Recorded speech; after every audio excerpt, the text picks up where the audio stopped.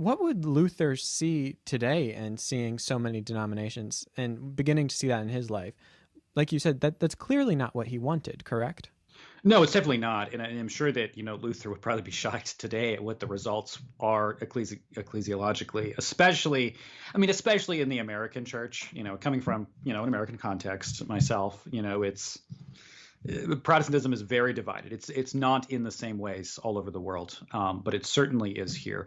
I think Luther would have been extremely surprised and probably saddened by that reality, especially the fact that even amongst Lutheran churches, and there are certain Lutheran church bodies that I would say have drifted far enough away from what that name really means that probably wouldn't include them much in that tradition the way that I'm speaking about it. But it is said that even within Lutheran traditions that hold to the truths of the Word of God and our confessional statements, there's even division there.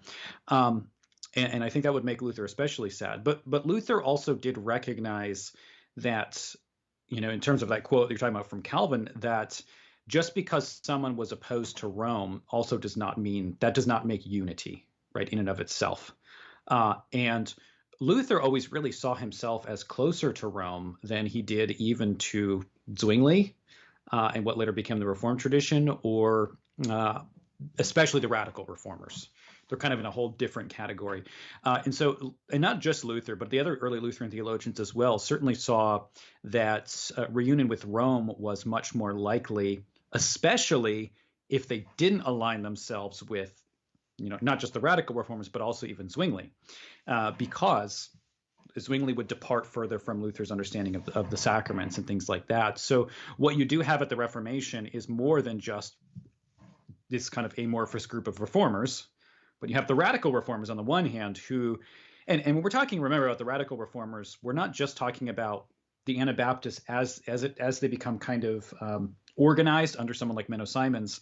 I mean, the early radical reformers are denying the Trinity. They're arguing that you have to have sinless perfection before you can be baptized. They're all over the place. Yeah, like every kind of heresy you could think of was just under the label Anabaptist.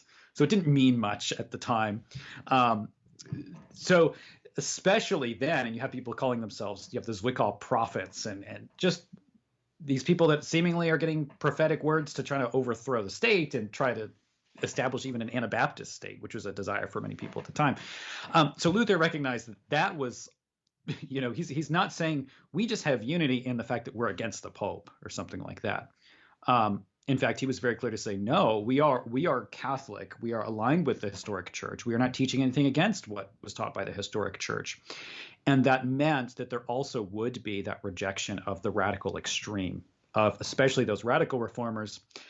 And then, of course, you have, the question that we could talk about more in depth if you want, but that is the question of like the Reformed and Lutherans, who are both part of that magisterial Reformation, who are both trying to retain some sense of Catholicity, but don't quite agree as to exactly where that line is.